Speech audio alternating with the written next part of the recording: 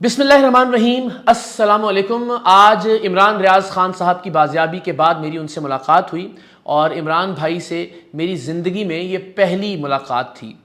इस मुलाकात का अहवाल मैं आपके सामने रखूँगा। उन्होंने क्या कहा, उन्होंने क्या बताया, वो कैसे दिखते थे, मेरा उनका क्या इंटरेक्शन हुआ, मैंने उनसे क्या कहा, उन्होंने मुझसे क्या बात की, ये तमाम तर तफसीलात आज आपसे शेयर करूँगा।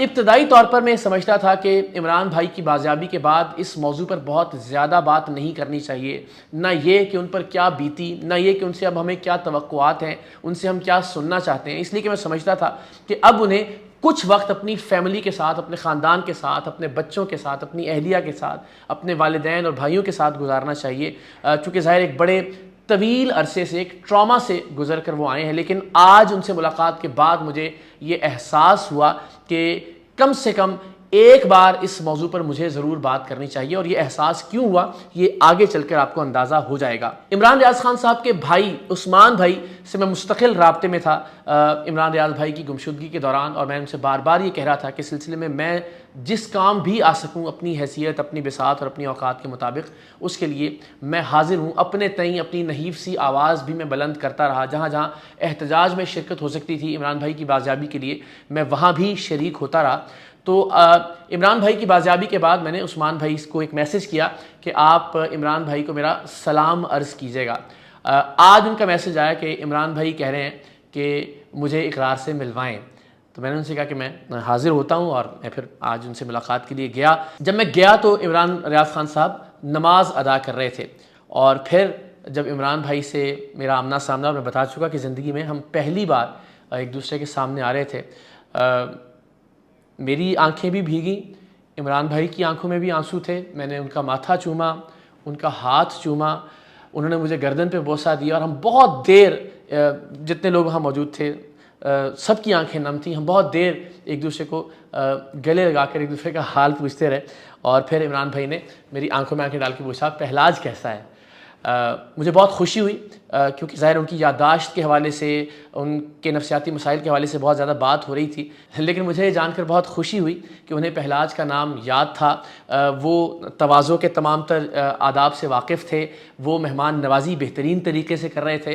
जिस अंदाज से, जिस मोहब्बत से, जिस प्यार से, जिस वारफ्तगी से वो मुझे मिले, वो भी अपनी मिसाल आप थी। सो एक तसल्ली और तशफ़ी के साथ मैं उनके सामने बैठ गया, और अल्हम्दुलिल्लाह उसके बाद फिर थोड़ा सा मुझे हौसला हुआ, और मेरे चेहरे पर एक मुस्कुराहट थी कि अब हम उन्हें खैर आफियत से देख रहे हैं, ज़िंदा सलामत देख रहे हैं, जिनके बारे में बहुत सारे शुकूक व शुबहात थे। इमरान भाई की हिस्से मज़ाह अपने उरूज पर है। मैं एक बात आपसे शेयर करूँगा तो आपको अंदाज़ा होगा कि वो ज़हनी तौर पर इस वक्त भी कितने साउंड हैं माशाल्लाह। हमारे एक दोस्त ने उनसे पूछा कि इमरान भाई, आपको सुनने में तो कोई प्रॉब्लम नहीं है, बोलने में तो दिक्कत हो रही है इमरान भाई को? तो इमरान भाई ने कहा, नहीं, हाँ, मैं गलत बात नहीं सुन सकता। बहुत रुक रुक के, लेकिन बहुत लुत्फ़ लेकर उन्होंने कहा कि मुझे सुनने में कोई मसला नहीं है, लेकिन मैं गलत बात नहीं सुन सकता। तो आप उससे अंदाज़ा लगा लें कि इस वक्त आसाब कितने मजबूत हैं इमरान रियाज़ ख़ान साहब के, अगरचे कि वो बहुत मुश्किल वक्त से गुजर कर आए हैं। आप इससे अंदाज़ा लगा लीजिए कि माशाल्लाह उनकी याददाश्त का, उनके लफ्ज़ों की बुनत का, उनकी हिस्से मज़ाह का, उनकी बरजस्तगी का क्या आलम है। और दिल से ये दुआ निकली, हम खिलखिला के हंसे तमाम लोग, जो कि एक लम्हा पहले तक बहुत अफसुर्दा थे, बहुत गमगीन थे, और हमने कहका लगाया और हमने बड़ा लुत्फ़ लिया इमरान रियाज़ ख़ान साहब की इस बात का। ज़ाहिर है बहुत सारे लोग ये जानना चाहते हैं कि उन पर क्या बीती, उन्हें किसने उठाया, उन्हें कहाँ रखा, उन पर तशद्दुद हुआ या नहीं हुआ, उन्हें खाने के लिए कुछ दिया जाता था या नहीं, उनकी सेहत किस तरह से बिगड़ी, उनसे क्या सवालात किए जा रहे थे, क्या खुदा न खास्ता उन्हें किसी तरह की अद्वियात दी गई, इंजेक्शन लगाया गया। ये बहुत सारे सवालात हैं। और फिर ये कि उन्हें कब छोड़ा गया, किस तरह से छोड़ा गया, किन टर्म्स एंड कंडीशंस या किन शराइत पर इमरान रियाज़ ख़ान साहब को रिहा किया गया, क्या कोई गारंटी ली गई, किसका किरदार था इमरान रियाज़ ख़ान साहब की बाज़ियाबी में।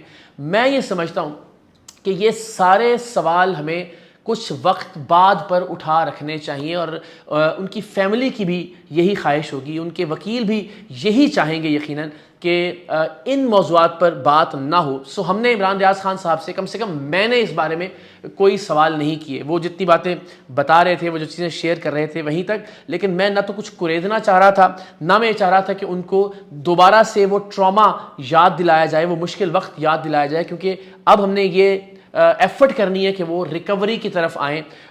इनकी जो स्पीच थेरेपी है उस पर काम करना है। हम सब ने मिलकर उन्हें ये हौसला देना है कि आप वापस अपनी ज़िंदगी की जानिब लौटें, आप अपने बीवी बच्चों के साथ वक्त गुजारें। हमें उनसे फ़िलहाल तवक्कुआत वाबस्ता नहीं करनी, हमने उन पर कोई समाजी दबाव नहीं डालना कि वो इस मौजू पर आकर बात करें।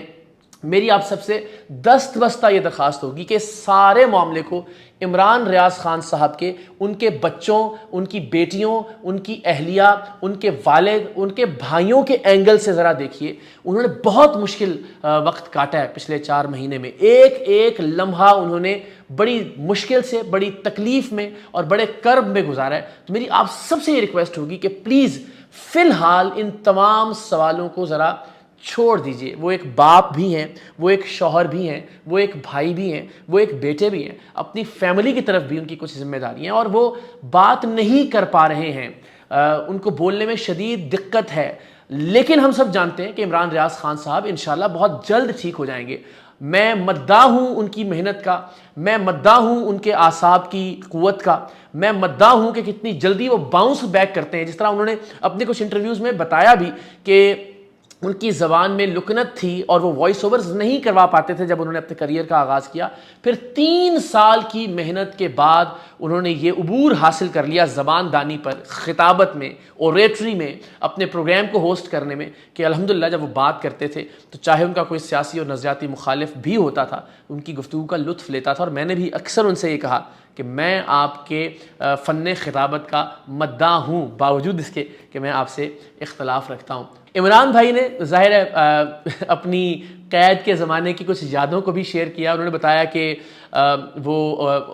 उनके घर में उनका एक जो पालतू कुत्ता है, वो जब वो वापस आए तो वो उनसे लिपट गया। तो उन्होंने कहा कि फ़ौरी तौर पे मुझे वो याद नहीं आया, लेकिन बाद में मुझे ये सोचकर अजीब लगा कि उसको मैं याद था।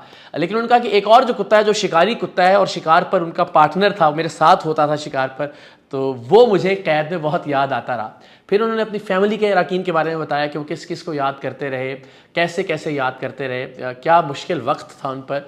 तो मैंने इस दौरान उनसे पूछा कि इमरान भाई, क्या आपने कैद में ये सोचा कि मैंने बाहर निकल के इकरार को कुट लगानी है?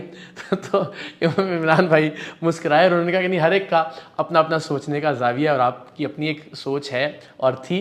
तो बहुत ही पॉजिटिव नोट पर हमने इस बात को अपने इख्तिताम तक पहुँचाया। फिर इस दौरान इमरान भाई के भाई ने मुझे कहा कि उनके वालिद बाहर लॉन में तशरीफ़ फरमा थे कि वो मिलना चाहते हैं। मैं उनके पास गया, मैंने उनको मुबारक दी। उन्होंने बहुत देर तक मेरा कंधा थपथपाया कि आप बहुत अच्छा काम करते हैं, मुझे बहुत सारी दुआएं दी। और मैंने उनसे कहा कि देखें, मेरी तो इमरान भाई के साथ एक वक्त में बड़ी बड़ी लड़ाई भी रही है, बड़ा झगड़ा भी किया है हम दोनों ने। तो उनका ये कहना था कि बेटा, शर में से भी अल्लाह ताला की ज़ात खैर के पहलू निकालती है। और मैंने कहा बिल्कुल आपकी बात दुरुस्त है कि लोग अगर ये समझते हैं कि एक नज़रियाती और सियासी मुखालिफ भी इमरान रियाज़ के कानूनी हक़ के लिए खड़ा है और आज जो जुल्म उन पर हुआ उसके ख़िलाफ़ इज़हार यकजहती के लिए उनके साथ खड़ा है उनकी बाज़याबी के बाद, तो मेरा ख्याल है कि लोगों को इससे बहुत कुछ सीखने को मिलेगा और इसका अपना एक इम्पैक्ट होगा और अपना एक तासुर होगा। सो मैंने बहुत सारी दुआएं ली उनके वालिद से, हम बहुत देर तक बात करते रहे। उनका कुछ शिकवा भी था जो बहुत हद तक बजा है कि लोगों ने उस तरह से साथ नहीं दिया। जब इमरान भाई थे, उनका ये कहना था, इमरान रियाज़ जब था मौजूद थे तो उस वक्त बहुत सारे लोग मुलाकातों के लिए आया करते थे, एक तांता बंधा रहा करता था। तो उनका कहना था कि उसका एक 5 या 10% भी इमरान रियाज़ की गुमशुदगी के बाद मेरे साथ खड़ा होता तो इमरान बहुत जल्द घर वापस आ जाता। तो ज़ाहिर है दस्तूर ज़माना बदकिस्मती से यही है। सारी फैमिली मुझे एक शख्स की मशकूर दिखाई दी इस सारे मामले में, और वो शख्स थे मियाँ अली अशफाक, जिन पर बहुत सारे इल्ज़ामात लगाए गए। उनकी शख्सियत के हवाले से, उनके प्रोफेशन के हवाले से, उनके कंडक्ट के हवाले से बहुत सारे ख़दशात का इजहार किया गया, लेकिन वो शख्स अपने कहे पर कायम रहा, अपने मंसूबे पर, अपने लाहे अमल पर कायम रहा और अल्टीमेटली इमरान रियाज़ ख़ान को घर लेकर आया। सब लोग ये समझते हैं, उनके भाई, उनके वालिद, उनके अहले खाना, कि अली अशफाक की मौजूदगी के बगैर इमरान रियाज खान साहब की बाजियाबी मुमकिन ना हो पाती। कुछ बातें जो इमरान रियाज भाई करना चाहते थे या कहना चाहते थे, तो हम सब, मैंने भी उनसे कहा, वो कुछ कहने लगे तो मैंने उनसे कहा कि आपको कुछ नहीं पता, आपको कुछ नहीं याद, खुदा के वास्ते आप ये बातें फ़िलहाल मत कीजिए, आप सिर्फ अपनी फैमिली पर फोकस कीजिए, अपने अच्छे वक्त पर फोकस कीजिए। और मियां अली अशफाक साहब भी ज़ाहिर है थोड़ा थोड़ा उनको ज़रा गाइड कर रहे थे। तो बहुत खूबसूरत बात की इमरान रियाज भाई ने कि इस आदमी के लिए मैं अपनी गर्दन भी कटवा सकता हूँ।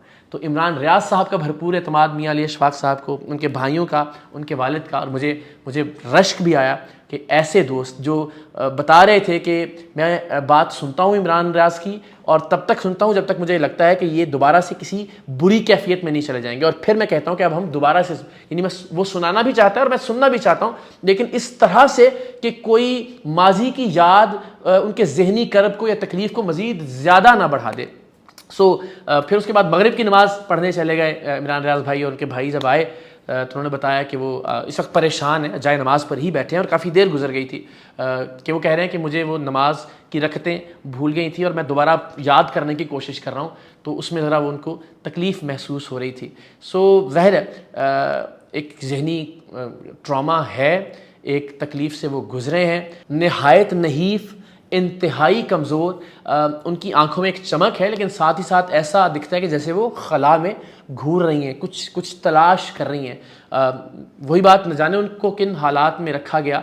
हम अगर कुछ जानते भी हैं, उनकी फैमिली अगर कुछ जानती भी है, तो मैं समझता हूँ कि हम सब की जिम्मेदारी है कि हम इसमें से कोई भी बात पब्लिकली शेयर ना करें जब तक कि उनका ख़ानदान, उनके वकील या ख़ुद इमरान रियाज खान साहब उस बात को शेयर करने की इजाज़त नहीं देते, या वो जब तक ये नहीं समझते कि किस पर बात की जानी चाहिए और कौन सी बातें पब्लिक नहीं की जानी चाहिए। इसलिए कि इमरान रियाज खान साहब की सेहत, उनकी सलामती और उनकी ज़िंदगी सबसे ज़्यादा मुक़द्दम है और होनी चाहिए। तो मेरी आप सबसे भी ये रिक्वेस्ट होगी कि ना मुझसे, ना किसी और से, ना उनके किसी दोस्त से, ना उनके वकील से, ना खुद इमरान रियाज भाई से, ना उनकी फैमिली से, प्लीज़ ऐसी कोई तवक्को मत कीजिए। अपने बच्चों के बारे में सोच के देखिए, अपनी फैमिली के बारे में सोच के देखिए, ऐसी तकलीफ़ से आप गुजरे होते तो आप क्या करते।